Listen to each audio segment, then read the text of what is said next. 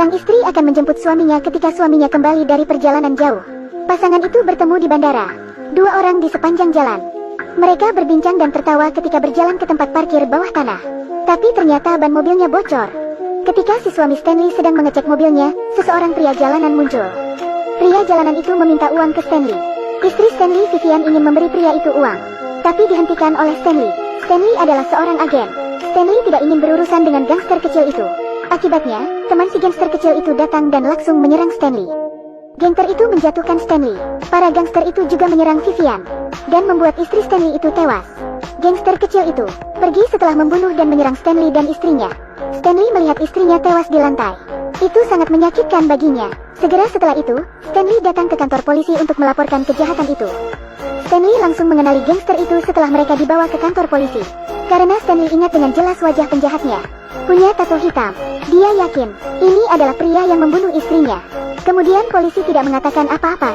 Si polisi menyarankan untuk Stanley meninggalkan ruangan itu. Stanley merasa bingung. Lalu setelah itu, Stanley melihat para gangster pembunuh istrinya itu dilepaskan.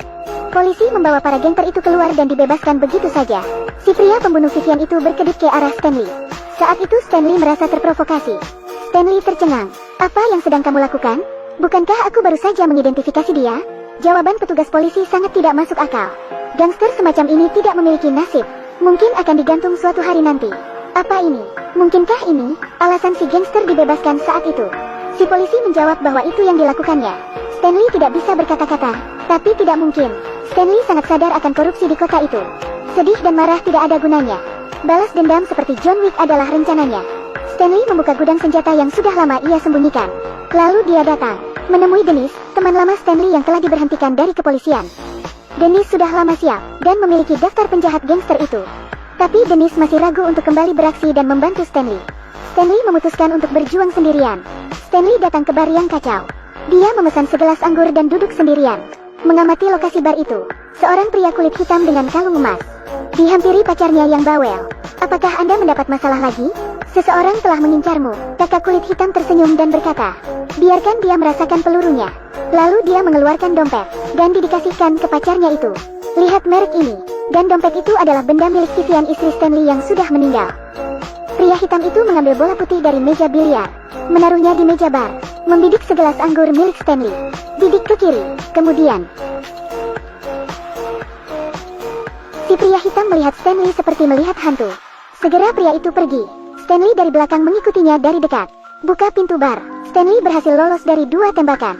Membalas dengan menembak pria hitam itu. Kemudian kembali mengejarnya. Mengejar di luar bar yang gelap. Stanley ditodong kepalanya dari belakang oleh si pria. Apakah kamu mencariku? Kemudian Stanley mengangkat tangannya, membuat si pria merasa telah menang. Namun dengan cepat Stanley berbalik dan menyerang pria hitam itu. Stanley segera menodong dagunya dengan pistol, menanyakan padanya mengapa dia membunuh istrinya yang tidak bersalah. Pria hitam tak mau menjawabnya. Dia lalu mengelak dan berniat mengambil pistolnya di tanah. Kemudian Dennis muncul dan menembak pria itu bersama-sama. Keduanya dengan cepat menggeledah si pria hitam, mencari petunjuk, tapi tidak menemukan apa-apa. Mereka membuang pria itu ke tong sampah, menuang bensin dan membakarnya.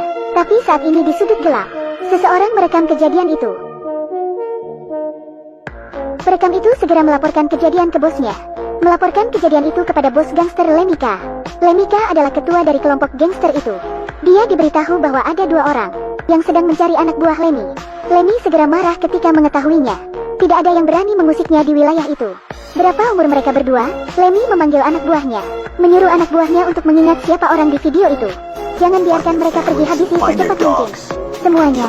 Stanley pergi ke tukang pangkas rambut. Dennis telah menunggu Stanley beraksi, siap untuk persediaan senjata yang memadai. Meja besar penuh dengan senjata dibukanya, sebuah kotak belati, dan pelindung tubuh yang bagus. Mereka melacak nomor yang ada di ponsel pria di bar tadi. Stanley pergi ke tempat tato dan mulai mencari informasi. Stanley bertanya kepada pemiliknya, Anda tahu wajah pria yang bertato lalat di kepalanya? Ini membuat penjaga tato tahu itu adalah Stanley, dan segera mengirim pesan ke bos Lemika. Ini lebih buruk dari tato buatanku, komen si tukang tato itu. Segera ada pria berjanggut muncul. Segera tukang tato mengeluarkan pistol dan mengarahkannya ke kepala Stanley. Tapi dia pikir orang di depannya orang biasa. Kemudian Stanley dengan cepat mengelak dan menghajar pria itu, melemparnya ke bawah. Pria berjenggot mengambil parang, menebas dengan gila, dan berhasil menyayat tangan Stanley. Segera Stanley mengambil pisau kecil di atas meja, dan memotong tenggorokan pria berjanggut itu.